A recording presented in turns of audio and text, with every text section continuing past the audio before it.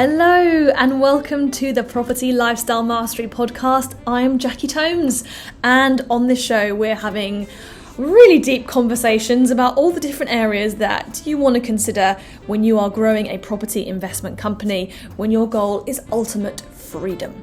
And today we are talking about a highly important topic along those lines, which is vision and how you make your vision a reality. So last week we touched upon the property strategy business planning tool, the one-page plan. Vision is a fundamental part of this.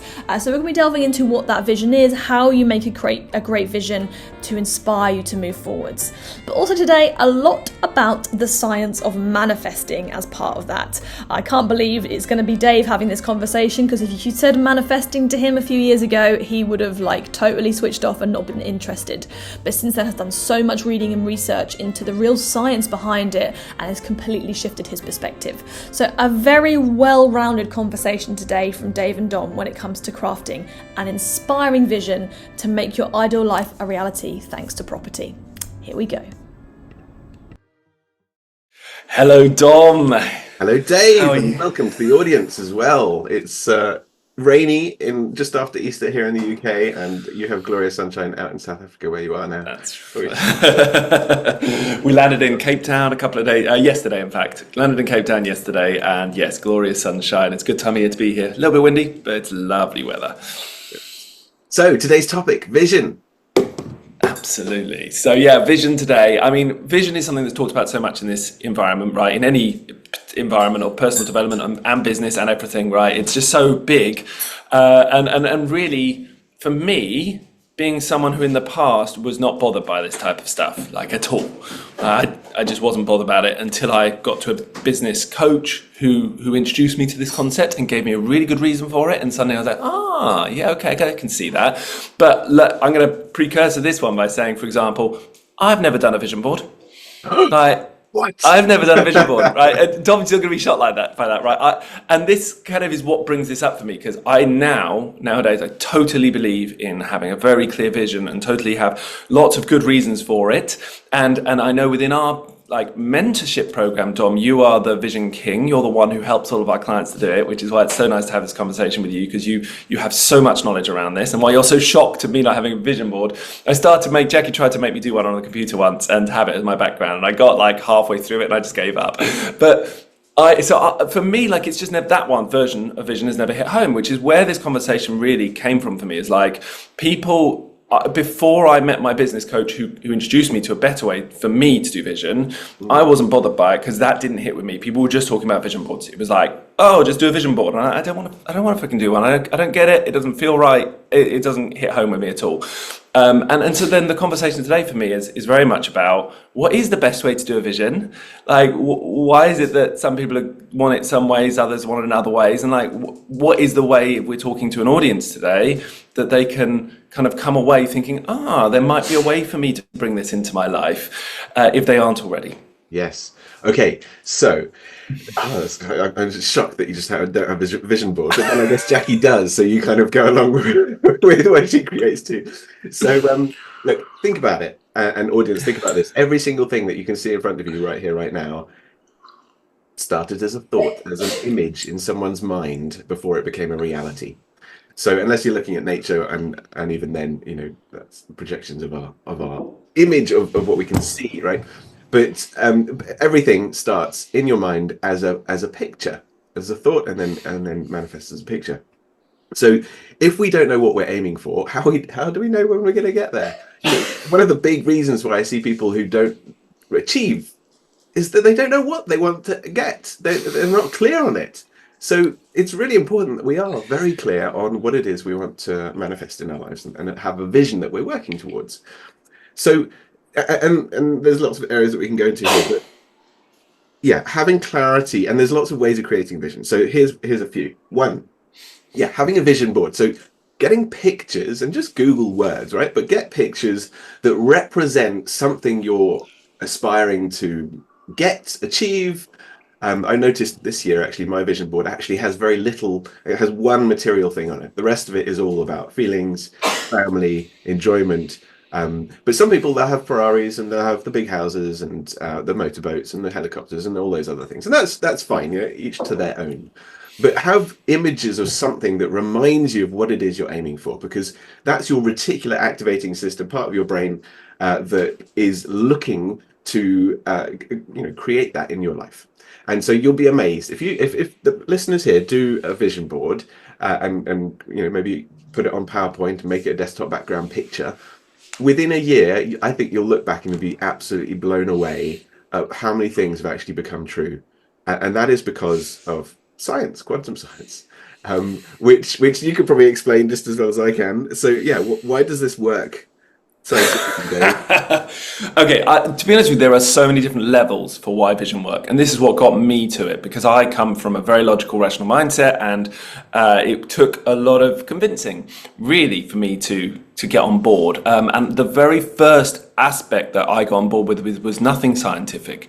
It was very much the logical, conceptual aspect of saying, if you write something down, yes, and you clearly specify an end goal, then you start writing down the plan to achieve that goal. Yes. And then you're kind of like linking what you're doing today with the goal in 12 months' time. Then you are way more likely to achieve that goal because of just the actions you're taking on a day-to-day basis are connected, right? And that's just logic. It's like, and for me, that concept of just like being really clear and specific about what you want, and literally getting every aspect of it written out. And it might be, and the way we do our vision in our business and have done for years, is to kind of have a much bigger idea, a bigger concept, and then whittle it down to a very neat, succinct sentence that kind of means that bigger thing. Yes. But you have done the thinking for the bigger thing. Like, it is very specific, the end result you're looking for. And then, so for example, giving a good example,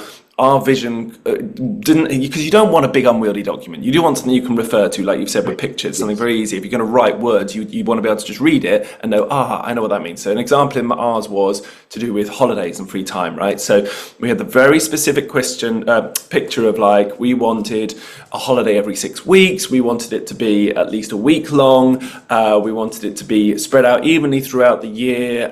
We wanted to be able to have the freedom to go on these holidays to anywhere in the world. So we wanted to be like, there's a lot of aspects. We need the money to cover that. So in our vision, all we would write was something like frequent holidays, right? But it wasn't just a vague notion of frequent holidays. We'd actually done the thinking to come up with all of that. And we had noted that all down, but then it distilled down into a very clear frequent holidays. When I read those words, I knew exactly in my head what that meant. Right. And then every action in the business and in our life was heading towards that frequent holidays. Yeah. So that's the first thing for me. And I would say what the most powerful that I found of that was, I realized that once you started writing things down, some of those things you suddenly realize you could have much sooner. If you didn't write it down and get clear on it, you just don't let it happen somehow. But if you're writing, like, I want at least one day a week with family and friends, my God, that happens within a month. Right. Like, it's not rocket science, that one. It's actually quite easy to carve. Yeah, absolutely. Exactly. So for people who are logical and sort of maybe left brain dominant, so they like to know how things are going to happen, absolutely. Writing down a goal sentence or a vision sentence which succinctly captures what it is they're aiming for, and then also doing the thinking, as you say, to make a plan, to execute on that and make it happen, is absolutely one way that's going to work really well for certain people. Now, as we know, we've loads of people around the world, and some people, it doesn't matter, you can have the goal and you can have the plan, and they just don't execute on the plan because they're just all over the place. And some of us are, myself included. So actually just putting it out there and just letting it go, but being clear. And so we talked about a vision board, we talked about writing it down. The other two ways is that you can just visualize, you can stop, you can meditate, you can just enjoy daydreaming effectively, either with your eyes open or your eyes closed, and visualizing walking around that amazing house or going on that holiday and actually having the feeling of being there without being there. And having the feeling is another way that we can manifest our vision. So pictures, writing it down, and feeling are three great ways to manifest our vision. The other one is feeling who you're becoming. Because here's the thing, an awful lot of people, they have these big visions of what it is they want to create and have in their life, but the feeling inside is that they're not worthy. And actually the people who achieve it is because they know without a doubt, they've put that they know how the world works and it's going to happen. They know with absolute grounded certainty, this is going to come into my life. It could happen actually in the next 24 hours. It could happen in the next year. And one thing we get our clients, coachees to do is to write a life manifesto of who they are becoming. Because actually, the way it works is it's who you're being first, then what you're doing. And as a result, you then have those external, that life that you live on the outside. But it starts on the inside of who you are. If you look for outside for satisfaction and happiness and joy and all those other things from material visions, then you're not going to get it. It has to start with how you're feeling on the inside and believing that it's going to happen and being clear about what it is as well. So those are the four. I guess. Yeah, sorry. Go on. Oh, sorry. You finish up with the 4 ways, Dom. Yeah. So in short, a vision board. So for the listeners, a vision board to represent the things you want. Writing down the goals that you want to achieve. Imagining, because as Einstein said, imagination is more important than knowledge. Knowledge is the past. It's stuff you already know. Imagination is the future of things to come, and that's why it's really good to spend time imagining the future. And then, lastly, but also most importantly, is a life manifesto of who you are becoming. I am abundant. I am a loving father. I am all these things. And there's science and history from the Kabbalah and other places where if you say I am, and a sentence of the things that you're creating, that you believe yourself to be, that's very powerful. In fact, I get chills just saying that, saying this to you now. So it's those are the 4 ways. But back to you. So what I was going to say was one of the things you've said there, which really it breaks up into so many different things here as to why it works and what you're doing by doing these things, what you're actually doing for yourself. The first thing I wanted to jump on was the past you, the history of yourself, and reminding, as it were, the listeners to this, and reminding myself of just how powerful self-sabotage is. And what that comes from, and the self-sabotage that we all do, and every single one of us does it, stems from the history of who we have been and the habitual patterns that have been inbred into us. And that instigates so much in our actions of day-to-day life that we don't even notice because it's all subconscious programming. And then secondarily, that aspect means that the past self, the past that we are used to, the past that is habitually acting without our conscious thought, is also our comfortable self. It's the self that we understand. It's the way of being, the way of acting that makes complete sense to us because we've always done it.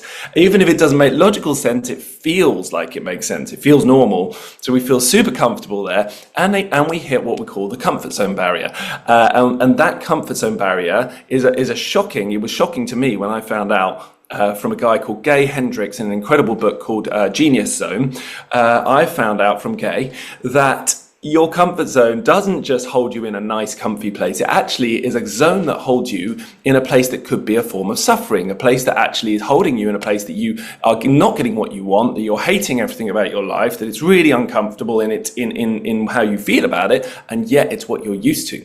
So it's your comfort zone. So stepping out of that into a nicer, more enjoyable, awesome life is a leap of faith. It takes belief. You have to do something special to get out there into what is no longer your comfort zone because it's a new version of you, something you don't understand, which we all as humans don't like what we don't understand because we're bred on survival. We have to understand it. If we don't understand it, our bodies start to fear what's going to happen, and our bodies start to say, no, this is worrying, this is scary, and starts to pull you back from it. That's just nature of survival. That's how we're bred as beings, as animals, as it were.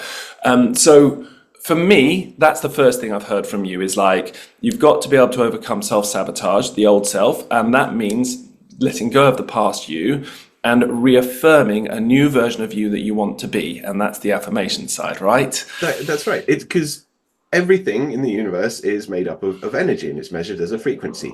And words and writing and action and movement is all just a form of vibration. So we want to align ourselves to that vibration because, as quantum physics and Einstein has also said, when what's held in mind for a long period of time has to, laws of physics manifest, because frequencies of the same vibration and energy of the same frequency has to come about. It wants to align with other frequencies at the same frequency.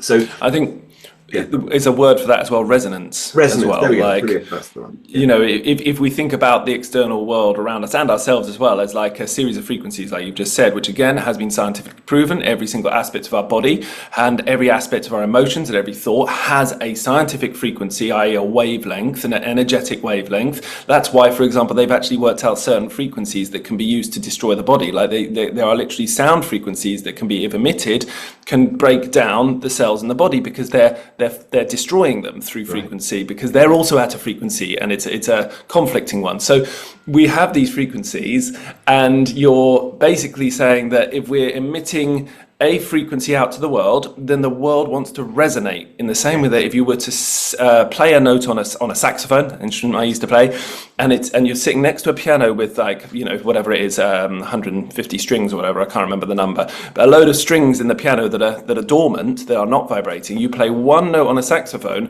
the correct same note resonates and starts vibrating in the piano. That's the law of resonance. When we put out a frequency, a sound, other things of the same frequency setup start to respond to it and they resonate. And actually, vibrationally, we understand that on a music level with sound, but that is happening on an energetic level. You put out a frequency, you put out a thought, that frequency goes out to the world, and the world starts to try to respond with the same frequency back. This is why those who get stuck into a negative zone and start putting out negative energy and negative frequencies, which is angry emotion is a frequency, you affect those around you, they start to resonate and they start to feel angry back at you. Right. And so you have basically just attracted angriness by putting out angry frequency. So if you put out joy, we all know if someone comes up to you who's really happy and joyful, that energy is infectious. And that's because the person is literally putting out the energy wave of happiness, which is a higher frequency level, and this can be measured, and it hits the other person, and their body and their emotions start responding with the same resonance, the same frequency.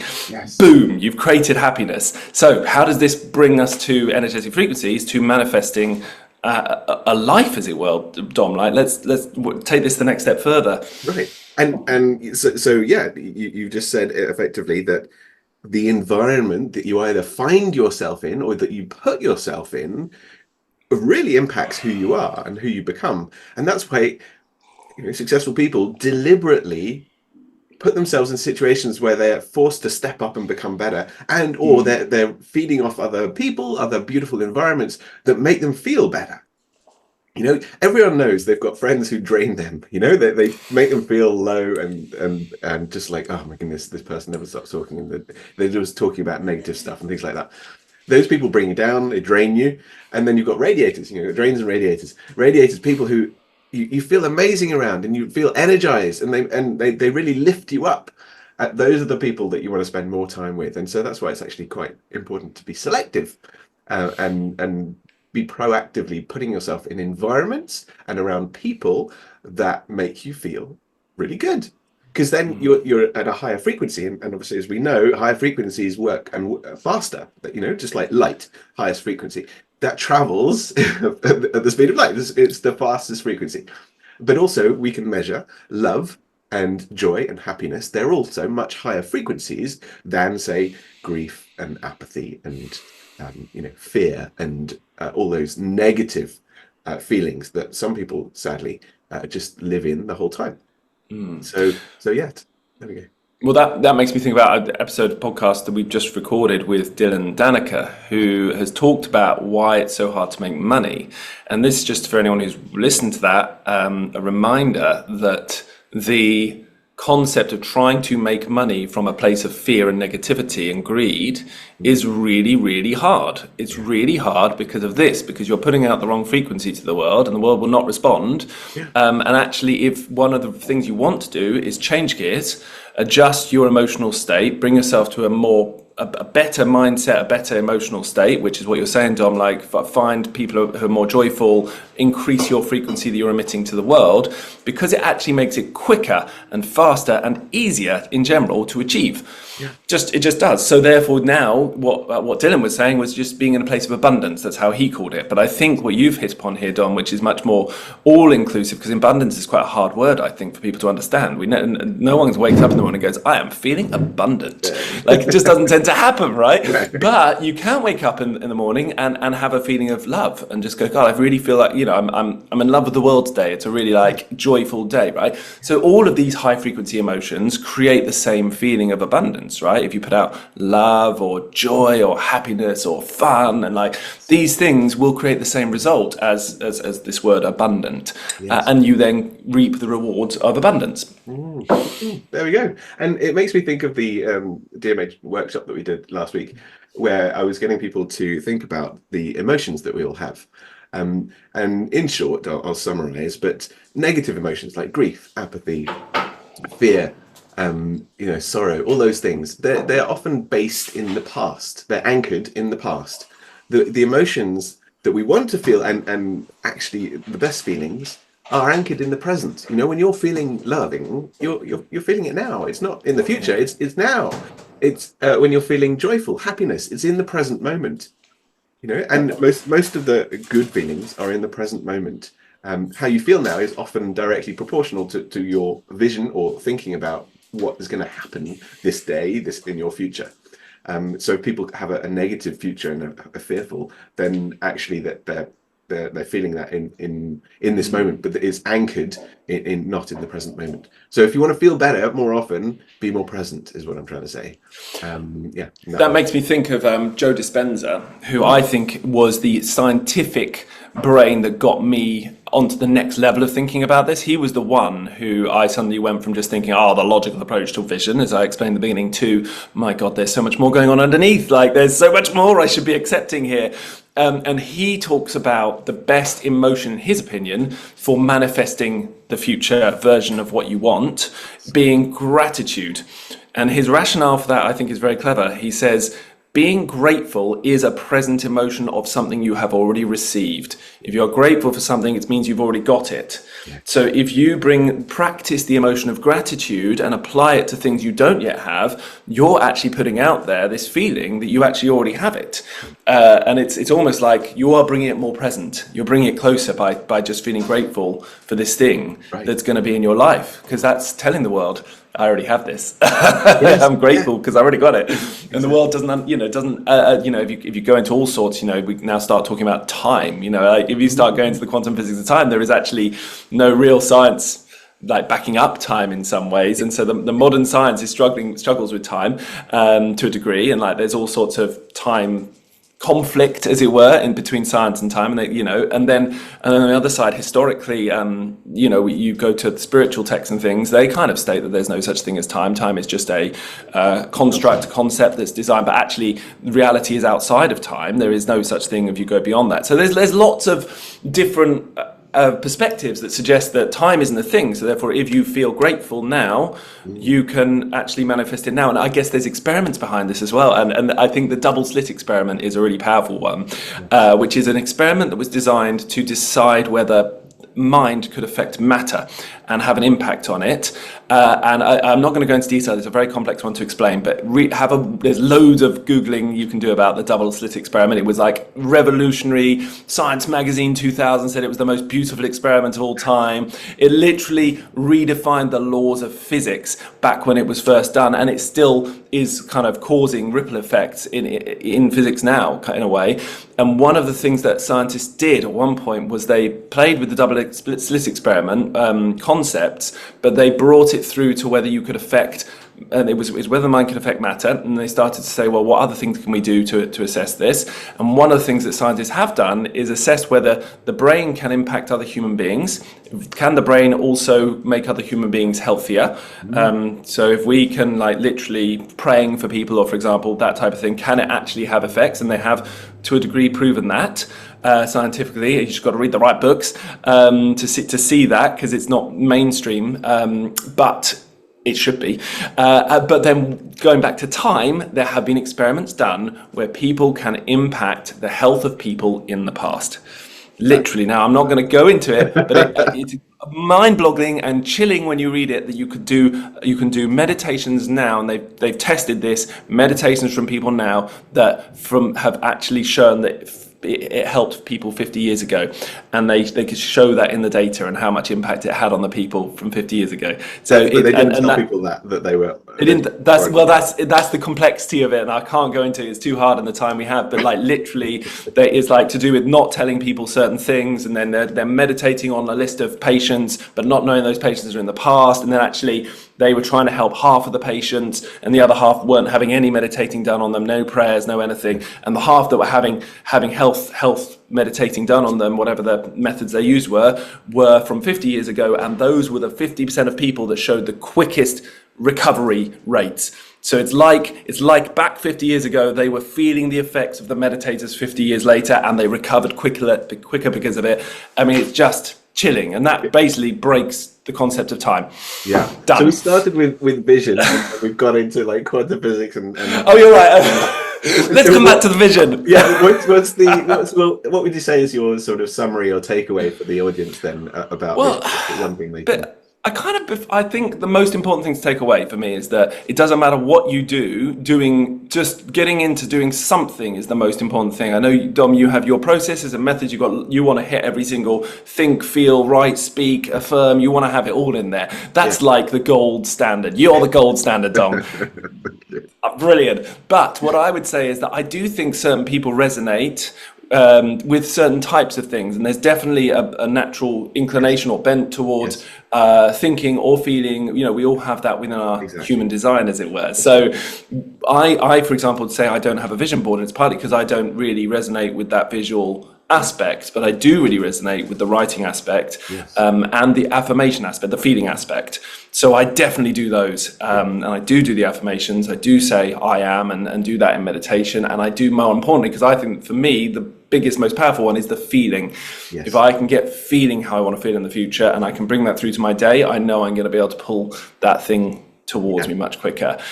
So that's my takeaway, is that there's loads of different options, and they are all, you can do them all, but definitely don't let that be a barrier. And just choose one or two, and just make something happen for yourself, because it is all powerful for different reasons. Right. Yeah. Brilliant. I think that's a perfect takeaway. And just my takeaway would be, if all of this is sort of mind-boggling and you don't know where to start, just do one thing. So I'd say be proactive and start thinking and creating the vision that you do want in any of the forms that we've discussed. But don't be reactive, because most of the world just react to the world around them, and they never really think about what it is that they want to create, because they don't think it's possible. When in fact, whoever said, who set the laws about things not being possible? No. This world, this universe is completely incredible. Every day it's just a miracle. So believe it's possible, take action in some form, and reap the rewards, is what I'd say. Oh my goodness, such amazing stuff. Just can shift your whole perspective about how you live your life and how you make things happen. So thank you so much to Dom and Dave for that amazing conversation. Now, obviously, vision is a key part of the property strategy business plan. So off the back of this session, go and use that tool to craft your key, your vision when it comes to your business. There's a free download link in the show notes. But in case you can't find that, the link to go to is bit.ly/PSBiz, B-I-Z plan. bit.ly/PSBiz plan. And you can download a complimentary copy of that one-page PDF planning tool.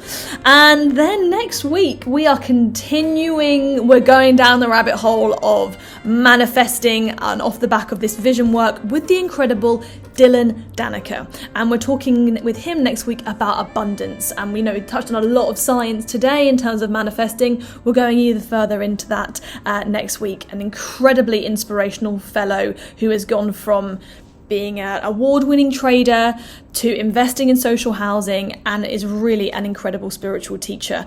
So you're not going to want to miss that one. So until next week, have a fantastic week ahead.